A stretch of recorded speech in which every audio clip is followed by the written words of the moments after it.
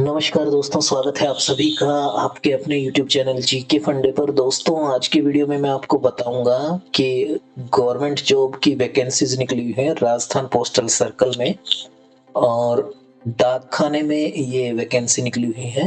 तो इस वीडियो में आपकी पूरी हेल्प की जाएगी, पूरी जानकारी आपको दी जाएगी। देखिए, 25/10/2021 का यह नोटिफिकेशन आपके सामने है। 25 तारीख को 10वें महीने में यह नोटिस आया था और नोटिस है post master general Rajasthan circle Jaipur का। ठीक है, तो इसके लिए आपको वैकेंसी के लिए अप्लाई करना है। लास्ट डेट एप्लीकेशन की 6/12/2021 है और यहाँ पे पूरी डिटेल दिखाई गई है। मैं आपको हिंदी में बता दूंगा। Application are invited for meritorious sports persons for appointment as postal assistant, sorting assistant, postman, and multitasking staff against the vacancies of direct quota reserved for sports quota recruitment as shown in annexure A, B, C in Rajasthan Postal Circle। तो sportsman Kota के तहत आप इस vacancy के लिए आवेदन कर सकते हैं और यहाँ पे डिटेल्ड गाइडलाइन दी जाएगी आपको। देखिए, यहाँ पे डेट ऑफ नोटिफिकेशन विज्ञप्ति जारी हुई 25/10/2021 को। Starting date of receipt of application from candidates, application form 25/10/2021 से भर सकते हो आप और लास्ट डेट है 6 दिसंबर 2021। Starting date for deposit of fees in cash at any computerised post office in India during working hours, ये भी 25/10/2021 की है। यहाँ पे फीस भरने की तारीख शुरू हो गई थी 25 तारीख 10वें महीने से और लास्ट डेट है फीस भरने की 27 तारीख 11वें महीने में। नवंबर में 27 तारीख तक आप इसकी फीस भर सकते हैं। सिलेक्शन क्राइटेरिया दे रखा है। फर्स्ट प्रेफरेंस दे रही है candidate who have represented the country in an international competition with the clearance of Department of Youth Affairs and Sports। ऐसे उम्मीदवार जिन्होंने देश को प्रतिनिधित्व किया हो किसी राष्ट्रीय कंपटीशन प्रतियोगिता में, खेलकूद प्रतियोगिता में। दूसरी प्रेफरेंस दी गई है उन कैंडिडेट्स को जो कि जूनियर लेवल नेशनल चैंपियनशिप में कहीं पार्टिसिपेट किए हों। ठीक है, और तीसरी प्रेफरेंस दी गई है उन कैंडिडेट्स को जो कि यूनिवर्सिटी या इंटर यूनिवर्सिटी कंपटीशन में कहीं पार्टिसिपेट किए हो। ठीक है, और उन्होंने मेडल जीता हो या थर्ड पोजीशन तक वो रहे हो कंपटीशन में। इसी तरीके से फोर्थ प्रेफरेंस, फिफ्थ प्रेफरेंस और सिक्स्थ प्रेफरेंस भी दे रखी है। आपको यदि ये फाइल जो मैं आपको दिखा रहा हूँ इसका PDF चाहिए तो आप हमारे चैनल के टेलीग्राम ग्रुप को ज्वाइन कर सकते हैं। टेलीग्राम ग्रुप का लिंक मैं आपको इस वीडियो के डिस्क्रिप्शन में दे दूंगा। आप उस पर क्लिक करके हमारे टेलीग्राम ग्रुप में ज्वाइन कर सकते हैं और इस PDF को ले सकते हैं वहां से। ठीक है, वीडियो से संबंधित आपका कोई भी सवाल हो, कोई भी आपको चीज समझ में नहीं आ रही हो तो आप मेरे को कमेंट करके पूछ भी सकते हैं, मैं आपको जरूर बताऊंगा। वीडियो को एक लाइक जरूर करिएगा। ठीक है, और वीडियो को शेयर भी कर देना अपने दोस्तों के साथ ताकि उनको भी इस वैकेंसी के बारे में पता लग सके। देखिए, यहाँ पे इन्होंने लिस्ट भी दे रखी है गेम्स की कि किस किस गेम से उम्मीदवार का संबंध होना चाहिए। आर्चरी यानी तीरंदाजी से, एथलीट, ठीक है, और यहाँ पे मल्लखंब ये साउथ का गेम है एक, मोटर स्पोर्ट्स, नेटबॉल, ये लिस्ट आप चेक कर सकते हैं, सारी देख लीजिए। बास्केटबॉल भी है इसमें, बेसबॉल भी है, पोलो भी है, boxing, bridge, chess, carrom, cycle polo, cycling, cricket, बहुत सारे गेम है, गोल्फ, हॉकी, कबड्डी, स्विमिंग, बहुत सारे गेम दे रखे हैं, टेनिस, आइस हॉकी। तो आप इनकी लिस्ट चेक कर सकते हैं। ये PDF आपको हमारे टेलीग्राम ग्रुप से मिल जाएगी। टेलीग्राम ग्रुप को आप वीडियो में दिए गए लिंक से नीचे डिस्क्रिप्शन में जो लिंक है वहां से आप टेलीग्राम ग्रुप को ज्वाइन कर लीजिएगा, वहां से ये PDF आप ले सकते हैं। Details of competent authority for awarding certificate are as under। देखो, international competition, national competition, inter university tournament या national sports game for schools, physical efficiency drive, ये 5 कंपटीशन दे रखे हैं। और अथॉरिटी अवार्डिंग द सर्टिफिकेट, इन कंपटीशन में आप विनर रहे हो या मेडल जीता है, इसकी सर्टिफिकेट आपको कौन सा अथॉरिटी देगा, इस अथॉरिटी की सर्टिफिकेट चाहिएगी आपको। Secretary of the national federation of the games concerned. दूसरा, नेशनल लेवल का अगर कंपटीशन आपने जीता है तो आपको चाहिए secretary of the national federation और secretary of the state association of the games concern. Inter university tournament में आपने भाग लिया है तो सर्टिफिकेट होनी चाहिए डीन ऑफ स्पोर्ट्स की, ठीक है। नेशनल स्पोर्ट्स है या फिर स्कूल गेम्स हैं तो आपको सर्टिफिकेट चाहिए डायरेक्टर और एडिशनल जॉइंट और deputy director in overall charge of sports, ठीक है।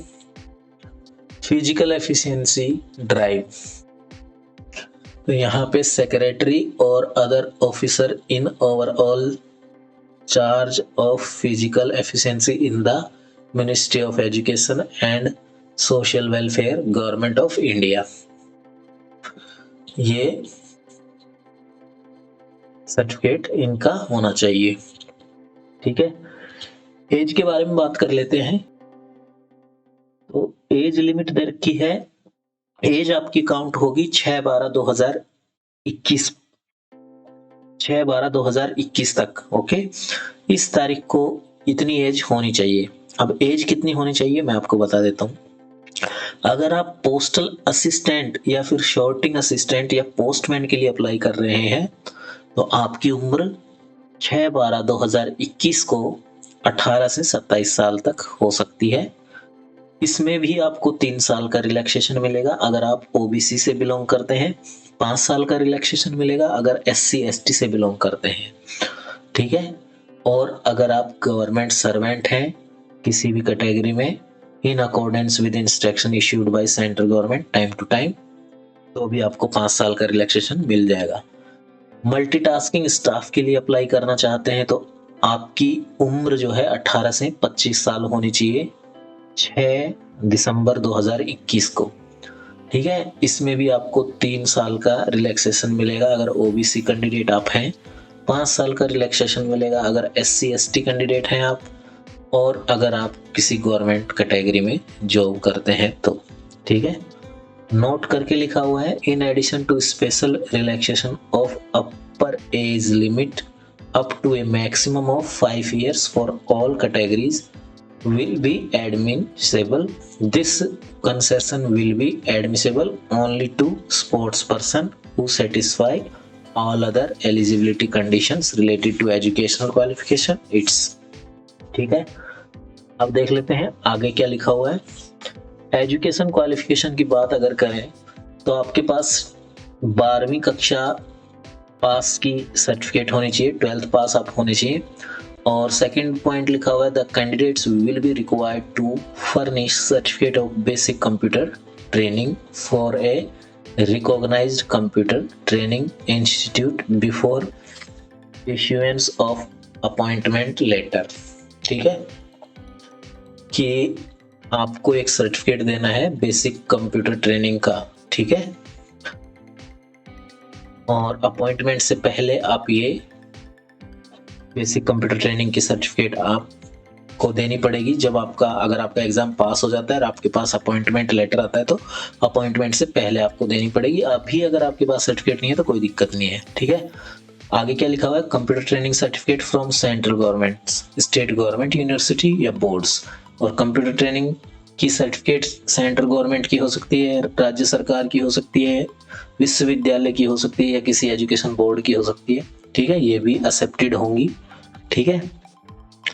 अब देखते हैं पोस्टमैन के लिए। पोस्टमैन के लिए क्या कह रखा है कि पोस्टमैन के लिए भी आपको 12th पास होना चाहिए किसी रिकॉग्नाइज्ड बोर्ड से, ठीक है। नॉलेज ऑफ लोकल लैंग्वेज, जिस एरिया में आपकी पोस्टिंग होगी वहाँ की भाषा का आपको ज्ञान होना चाहिए। जैसे हिंदी भाषी अगर आप हैं तो हिंदी भाषी एरिया है तो हिंदी भाषा आपको आनी चाहिए। और लोकल लैंग्वेज एटलीस्ट आपने 10वीं कक्षा तक पढ़ी हो, ठीक है। 10वीं कक्षा में आपका वो सब्जेक्ट विषय हिंदी होना चाहिए, ठीक है। तीसरा पॉइंट देखिए, the candidate will be required to finish certificate of basic computer training from a recognised computer training institute before issuance of appointment letter. Appointment letter issue होने से पहले आपको बेसिक कंप्यूटर ट्रेनिंग का सर्टिफिकेट देना जरूरी होगा, ठीक है। अब देखिए चौथा point, candidate should have a valid licence of two wheeler. Two wheeler का लाइसेंस होना चाहिए या फिर लाइट लाइसेंस होना चाहिए। Persons with disability are exempted from possession of licence. अगर आप दिव्यांग हैं, डिसेबल्ड पर्सन है, तो आपको लाइसेंस की जरूरत नहीं पड़ेगी। पांचवा पॉइंट देखिए, candidate not having valid driving licence at the time of appointment shall not earn periodical increment in pay till production of such license or for a period of 5 years from the date of appointment, whichever is earlier, and after production of such license or expiry of such 5-year period, pay shall be restored prospectively to the level pay would have reached had periodical increment in pay was not withheld, and no arrears of pay shall be paid for the intervening period। देखिए ये क्या कह रहा है कि candidates जिनके पास driving licence नहीं होगा अपॉइंटमेंट के समय, उनका जो इंक्रीमेंट है पेमेंट में वो नहीं किया जाएगा। कब तक नहीं किया जाएगा? जब तक कि आप ये लाइसेंस जमा ना करवा दें, लाइसेंस आपका ना बन जाए तब तक, या फिर period of 5 years from the date of appointment, या फिर आपकी अपॉइंटमेंट तारीख से 5 साल तक, जो भी इनमें से पहले होगा, अर्लियर होगा। And after production of such, और जब आप ये लाइसेंस दे देंगे या फिर ये 5 साल का समय एक्सपायर हो जाएगा तो आपकी इंक्रीमेंट कर दी जाएगी, ठीक है। सी पॉइंट देखिए, मल्टीटास्किंग स्टाफ के लिए है। 10th स्टैंडर्ड पास होना चाहिए आपको, 10वीं पास होना चाहिए, नॉलेज ऑफ लोकल लैंग्वेज होना चाहिए, हिंदी वगैरह की नॉलेज आपको होनी चाहिए, और लोकल लैंग्वेज जैसे हिंदी आपका 10वीं कक्षा में सब्जेक्ट एक विषय होना चाहिए। अब मैं इसमें पेमेंट की बात कर लेता हूँ। तो पोस्टल शॉर्टिंग असिस्टेंट्स की पेमेंट जो है, ये जो पोस्टल और शॉर्टिंग असिस्टेंट्स हैं, इनकी पेमेंट 25,500 से 81,100 रुपए तक लेवल 4 पे स्केल में ये आएंगे। पोस्टमैन की सैलरी होगी 21,700 से 69,100 लेवल 3 में ये आएंगे। और मल्टीटास्किंग स्टाफ की सैलरी 18,000 से 56,900 तक रहेगी। प्रोबेशन टाइम की बात कर लेते हैं। प्रोबेशन में आपका जो कैंडिडेट सेलेक्ट होंगे वो उनको अपॉइंट किया जाएगा, वो प्रोबेशन पे अपॉइंट होंगे और फिर उनको ट्रेनिंग दी जाएगी, जो कि सिलेक्टेड कैंडिडेट्स को सभी को ट्रेन किया जाएगा। नंबर ऑफ वैकेंसीज देख लीजिए। पोस्टल असिस्टेंट की बात करें तो यहाँ पे 17-18 के लिए 3 वैकेंसी हैं, 2018 की 2 वैकेंसी हैं, 2019 की 3 है और 2020 की 1 है। पोस्टमैन की वैकेंसी बात करें, 17-18 में कोई वैकेंसी नहीं है, 2018 में 1 वैकेंसी है, 2019 में 4 वैकेंसी है, 2020 में 3 है। मल्टीटास्किंग स्टाफ की बात करें तो 17-18 में 0 वैकेंसी है, 2018 की 2 वैकेंसी है, 2019 की 3 वैकेंसी है, 20 में कोई वैकेंसी नहीं है। तो टोटल वैकेंसी मैं आपको बताऊं, 2017-18 के लिए टोटल 3 वैकेंसी है, 2018 के लिए टोटल 5 वैकेंसी है, 2019 के लिए टोटल 10 वैकेंसी है और 2020 के लिए टोटल 4 वैकेंसी है। Details of the vacancies notified for filling up of meritorious sports person as postal assistant या फिर postal assistant, SBCO and sorting assistant. यहाँ पे डिटेल दे रखी है कि उदयपुर में नंबर ऑफ पोस्ट है 4 और RMJS जंक्शन यहाँ पे एक पोस्ट है शॉटिंग असिस्टेंट की और SBCO की 3 पोस्ट है पोस्टल असिस्टेंट की और झुंझुनू में 1 पोस्ट है। और पोस्टमैन की बात करें तो जयपुर सिटी में 3 है पोस्ट, अजमेर में 1 है, उदयपुर में 1 है, जोधपुर में 2 है, कोटा में 1 है। और अगर मल्टी टास्किंग स्टाफ की बात करें तो पोस्टल जयपुर में 1 है, जयपुर सिटी में 1 है, अजमेर में 1 है, RMS JP में 1 है और RMS JP में भी 1 है, JON ये 1 है। ठीक है। The vacancies are subject to change. Post जो है बढ़ भी सकती हैं तो इससे ज़्यादा भी वैकेंसी हो सकती है। ऑर्डर ऑफ प्रेफरेंस दे रखा है यहाँ पे, डिवीज़न, यूनिट, अलॉटमेंट वगैरह के बारे में सब चीज़ें दे रखी हैं। और इसके अलावा कुछ खास इसमें इम्पोर्टेंट है नहीं, तो आप इसको अप्लाई कर सकते हैं फॉर्म को। ठीक है। और कोई भी इसके रिगार्डिंग आपको कोई प्रॉब्लम हो, कोई बात समझ में ना आई हो या कोई भी कंफ्यूजन हो तो आप कमेंट करके पूछिए, मैं आपको बता दूंगा।